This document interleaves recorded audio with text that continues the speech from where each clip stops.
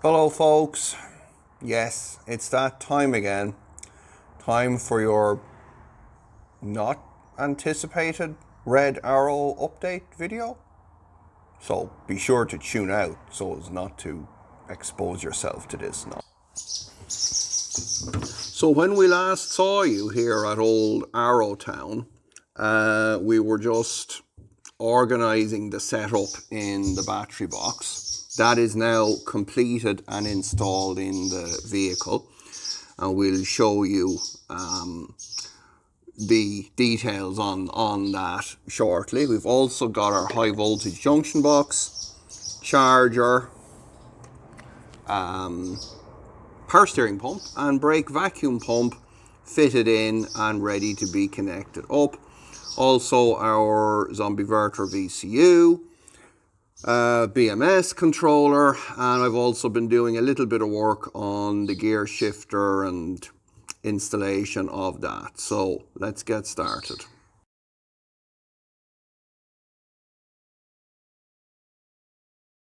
Alright, so let's take a look at our battery. As you can see, it's a pretty tight fit.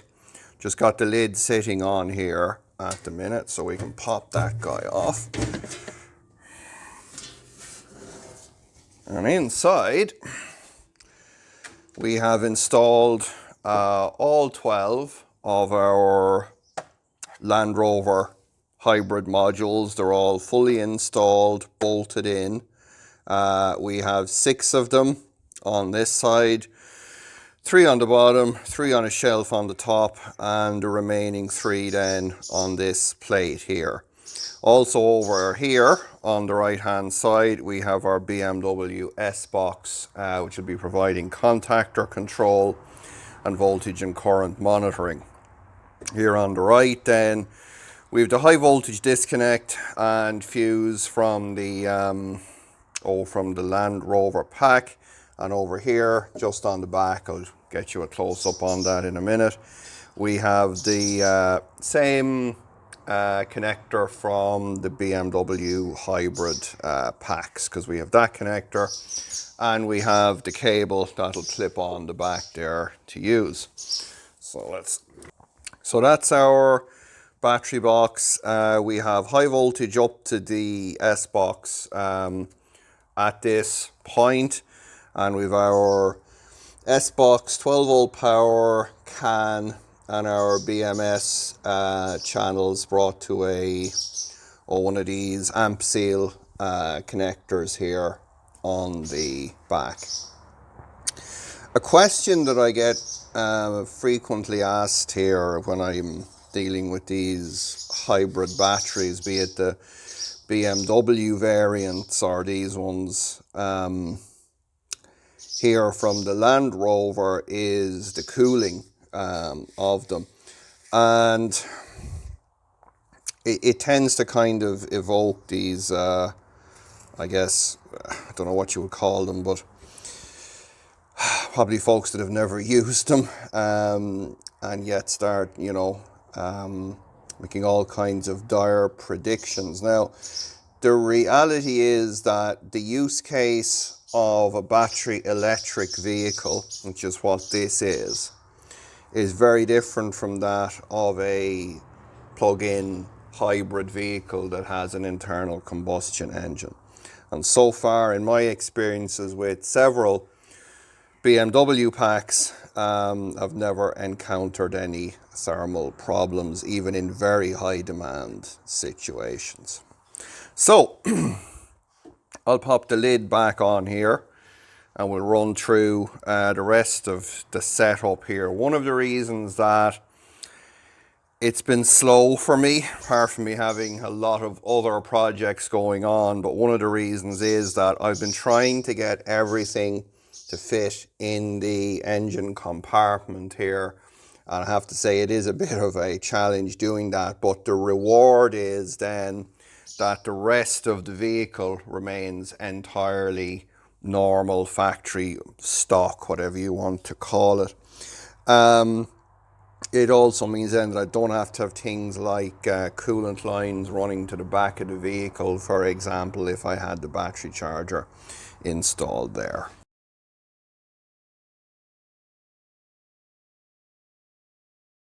Now the battery is bolted into the vehicle's frame on each side by 4 M10 bolts, 2 of them on a horizontal and 2 of them in there on a vertical. So that makes a total of 8 M10 bolts holding our battery box in here. Now, some of you may recall that I was originally intending to use the MG Gen 1 battery charger in here as my onboard charger. Now that plan has changed, not because I'm not able to use that particular charger, but purely down to a physical size situation.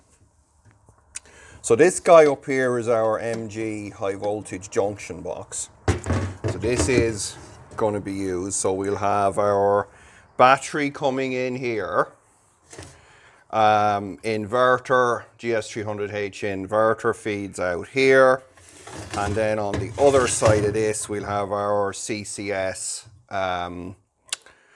DC fast charging coming in here, which should be using the UHI CCS control system. Now, rather than using the MG Gen 1 onboard charger, we have changed the plan. We're going to be using the Gen 2. And the Gen 2, as you may recall, is the one that has an integrated DC-DC converter and a vehicle to load capability that we demonstrated on a previous lab update video. So it looks as if, more by default, the red arrow is going to become our V2L test case here. So we got quite a lot of new stuff going on in the red arrow here.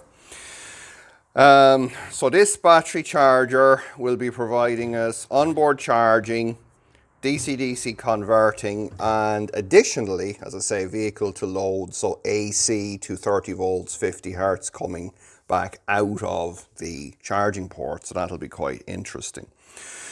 Now, the handy part for us, again, apart from this being physically smaller, is that it has these 4 mounting tabs here that are designed to fit the high voltage junction box. So they literally, that bolts on top of the charger in the normal OEM application, and we'll replicate that here. Now a lot of these kind of, I don't know what you call them, quick connects or connectors here, we're going to remove them and blank them off with a little 3D printed blanking plate there, because number 1, we don't really need that many of them, and number 2, I don't have any of these matching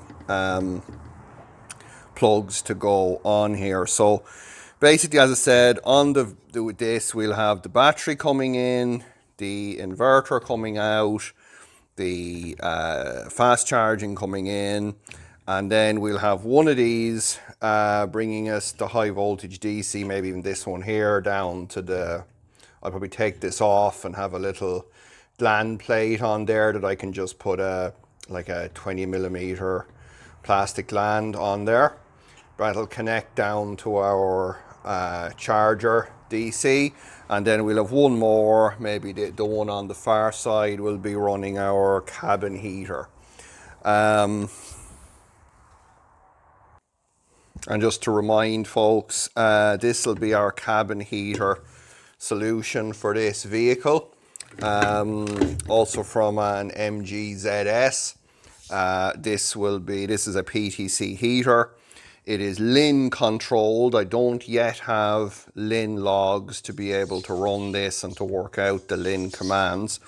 So if anyone does have an MG ZS, they're willing to take some LIN logs for me, then please get in touch, as that would be really useful, because we've also got this is the MG ZS, but I think there's an MG5 or some other branded heater here. What I like about the ZS one is it is quite a small radiator on it, and it should fit pretty much into the existing location in the E36. And the advantage with the E36 is you won't see me doing this in too many vehicles, because it usually involves having to take the dash out and the heater box out, and it's just a nightmare of work. But on the E36, all you've got to do is to pop off a couple bolts to take the glove box out, and you can remove the heater matrix and you can slap this guy in there. So that's going to be our high voltage junction box, heating, charging situation on the vehicle. Over here in the back, you're going to see this stainless steel plate. Believe it or not, all the monkeying around and fitting and bracketing and drilling and trying different things, it took 3 days to get this guy fabricated and fitted in there to a point that it wasn't fouling anything, and everything I needed would actually fit in there. So you'll also see back here, we're even going for a different power steering pump in this build. This is a Volvo power steering pump. It is CAN bus controlled, so we will be adding this guy to the Zombiverter VCU. And down here, I probably can't see it too well, but this is a Hella UP5 vacuum pump. And this is also an MGZS part, so we've MGZS brake vacuum pump providing our vacuum brake booster. And just to show you that, you know, no expense is truly spared, and these are truly professional builds. I found some shower hose at my local rubbish tip last week and rescued that, and we've been using that now for some plumbing work on the vehicle. So yes, your Patreon dollars at work, folks. Now, so this is where we're currently situated. This guy is in. I've had my high pressure hydraulic pipe modified. I have the return line fitted in there as well. So that's pretty much hooked up. The charger bolts in. We've welded nuts on the back of everything in here, so there's no having to go fiddling, trying to reach bolts underneath places, or nuts I should say underneath places. So yeah, we'll probably blank off this guy here. Might use that one for the heater, this one for the charger, and blank off the one over there. So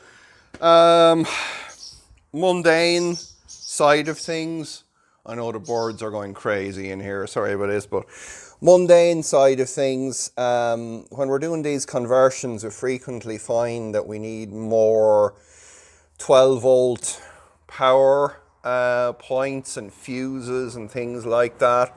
So for example, high current feed, say, to the power steering pump and the brake vacuum pump and stuff like that. There's a lot of these now.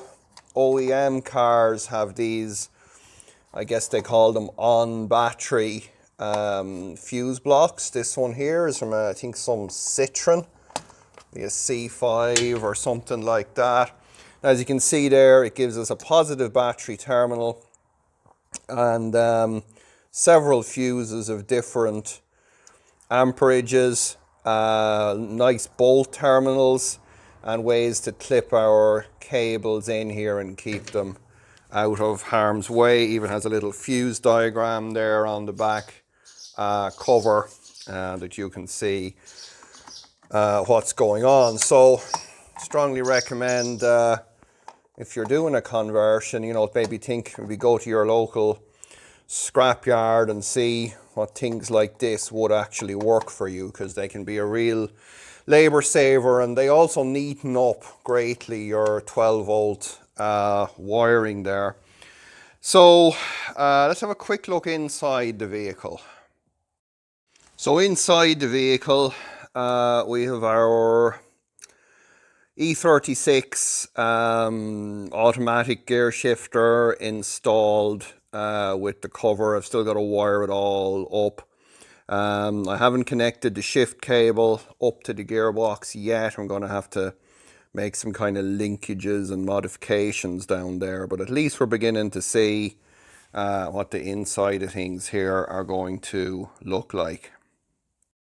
So the one thing you won't see here yet is the cooling system. I don't have a radiator in here. My original plan was to go with the Honda Civic radiator type setup here that I had done in the Panzer. Unfortunately, with the battery box so far forward and the smaller size of the front of the vehicle here, that's not going to be feasible. So we will be going with one of those oil cooler radiator setups. In here I've one of those ordered. We'll put a little reservoir up here, and I think I do have a Nissan Leaf cooling pump, but I might end up seeing if I can get an MG pump just to keep the MG theme going here. So folks, that's about it for this Red Arrow update.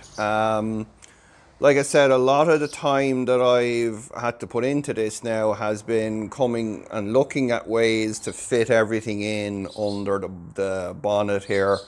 I really wanted to avoid having the charger in the back and been running more high voltage cables forward and back and running coolant lines forward and back to the charger. So that's about, I'm quite happy now the way things have fitted in under the bonnet. So pretty much the only thing that we have to fit in here now is the cooling system, and that should be reasonably straightforward.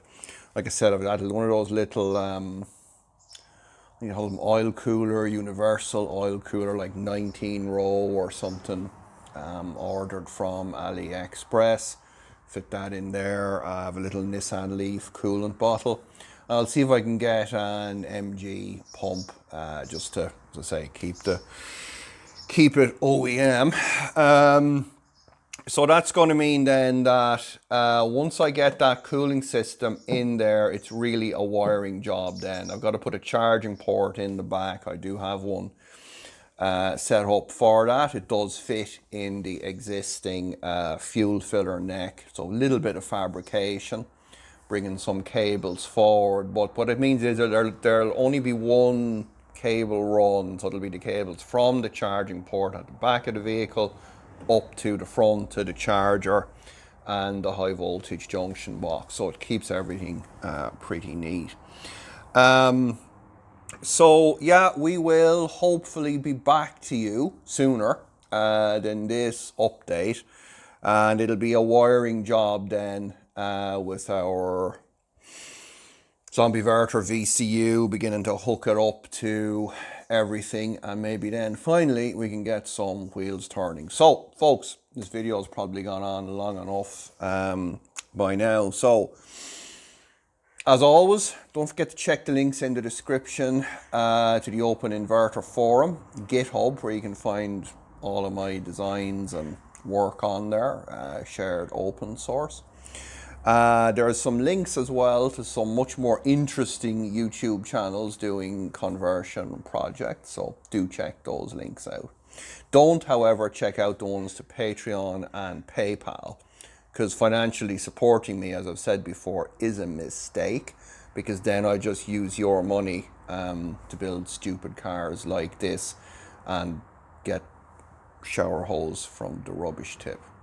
You know, don't do it. Right, so until then, and until we see you next time, happy cooling system planning.